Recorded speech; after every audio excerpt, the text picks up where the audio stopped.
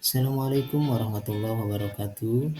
Terima kasih Sobat Kampus Desa yang masih setia dengan channel YouTube Kampus Desa. Pada kesempatan kali ini, Bapak Dr. Haji Rusito, SOS MSI CGCAE, akan mengupas tuntas tentang gladi manajemen pengawasan pemerintahan desa. Jangan lupa untuk subscribe dan nyalakan loncengnya ya, agar tidak ketinggalan video lainnya.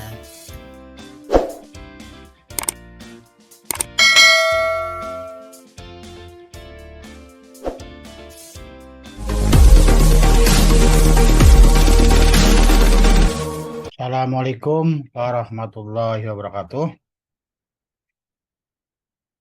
Pada kesempatan ini akan saya sampaikan materi gladi manajemen pengawasan kinerja kepala desa dalam pengelolaan keuangan desa.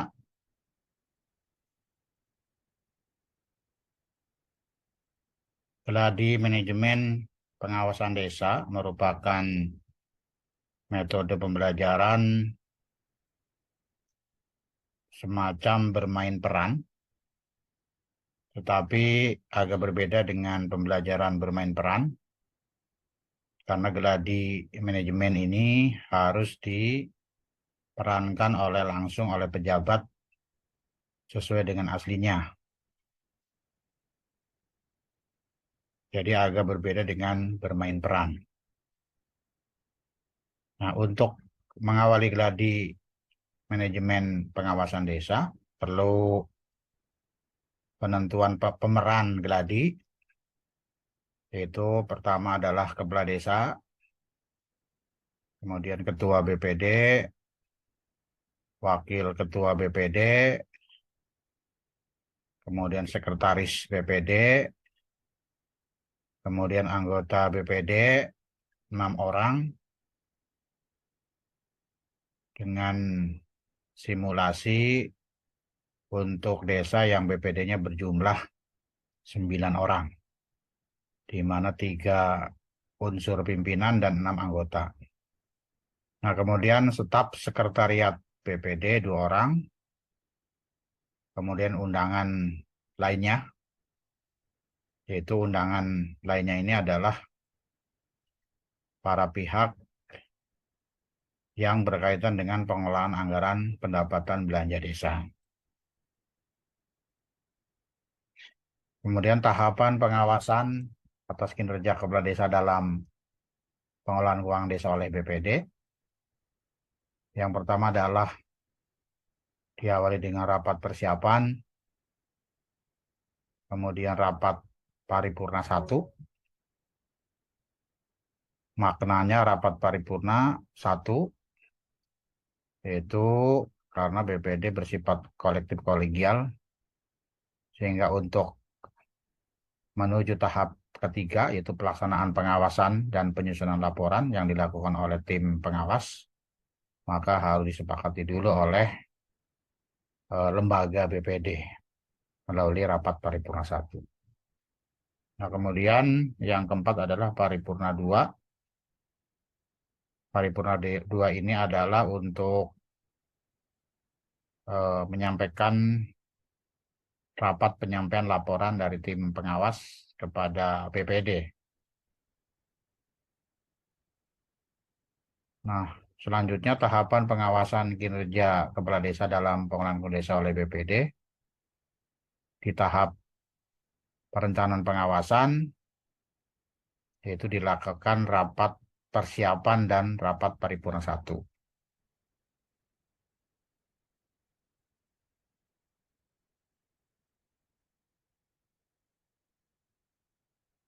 Kemudian tahap pelaksanaan pengawasan dilaksanakan kegiatan rapat dengar pendapat dan kunjungan lapangan. Kemudian di tahap penyampaian laporan hasil pengawasan dilakukan kegiatan rapat paripurna 2. Jadi kegiatan pengawasan dibagi 3 tahap: tahap perencanaan pengawasan, tahap pelaksanaan pengawasan, dan tahap penyampaian laporan hasil pengawasan. Nah, maknanya adalah BPD menugaskan tim pengawas kemudian tim pengawas melaporkan kepada BPD. Hasil pengawasan BPD disampaikan kepada kepala desa. Nah, kita mulai dari tahap perencanaan pengawasan. Yang pertama adalah rapat persiapan. Beberapa administrasi yang perlu dipersiapkan, yaitu surat undangan rapat persiapan kepada kepala desa dan wakil ketua BPD, kemudian rancangan jadwal dan draft SK tim pengawas, kemudian naskah memimpin rapat, daftar hari, dan notulen rapat. Nah, inti dari naskah memimpin rapat persiapan itu terdiri dari 3 poin. Pertama, pembukaan oleh ketua atau pimpinan BPD, kemudian yang kedua pembahasan draft jadwal kegiatan pengawasan dan anggaran, kemudian yang ketiga adalah penutup. Nah, kemudian di tahap perencanaan, kegiatan yang kedua adalah rapat paripurna 1.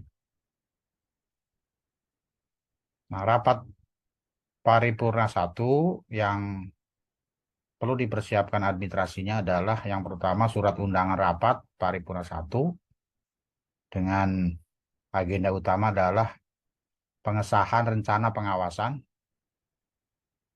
Kemudian yang kedua, naskah memimpin rapat paripurna 1. Yang ketiga, daftar hadir rapat paripurna 1. Yang keempat, notulen rapat. Yang kelima, jadwal tahapan pengawasan. Dan yang keenam, surat keputusan BPD tentang pembentukan tim pengawas atas kinerja kepala desa. Nah, isi naskah memimpin rapat paripurna 1 yang terdiri dari pembukaan, yang kedua penjelasan teknis pengawasan atas kinerja kepala desa dalam pengelolaan keuangan desa, yang ketiga pengesahan jadwal pengawasan, yang keempat pembacaan susunan tim pengawas, yang kelima penandatanganan SK tim pengawas, sambutan kepala desa, dan penutup. Nah, kemudian memasuki rapat paripurna 1 dengan desain ruangannya seperti ini. Yang barisan depan adalah kepala desa, ketua BPD, yang C wakil ketua BPD, D sekretaris BPD, kemudian anggota BPD, yang E anggota BPD, kemudian undangan ada di pinggir. Undangan ini adalah bisa mengundang camat, unsur forum koordinasi pimpinan kecamatan, maupun undangan lainnya. Kemudian staf sekretariat BPD ada di belakang, dan sarana yang lain seperti bendera merah putih, sebelah kanan bendera BPD, sebelah kiri, dan podium. Jadi ruang sidang didesain sedemikian rupa seperti di gedung legislatif ya, baik DPR maupun DPRD. Nah, kemudian tahap kedua adalah tahap pelaksanaan pengawasan yang dilakukan oleh tim pengawas. Jadi setelah susunan tim pengawas disetujui oleh BPD, maka tibalah saatnya tim pengawas melaksanakan kegiatan pengawasan. Yang dilakukan pertama kali oleh tim pengawas yaitu melakukan rapat dengar pendapat.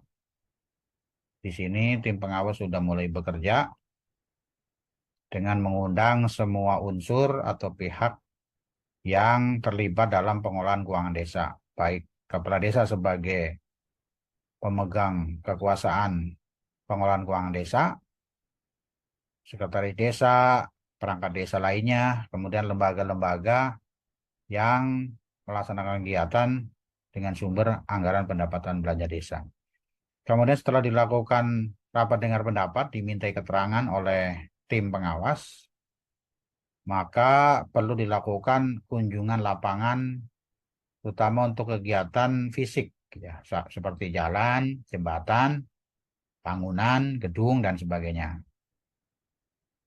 Untuk memastikan apa yang disampaikan di dalam rapat dengar pendapat dengan kondisi real di lapangan.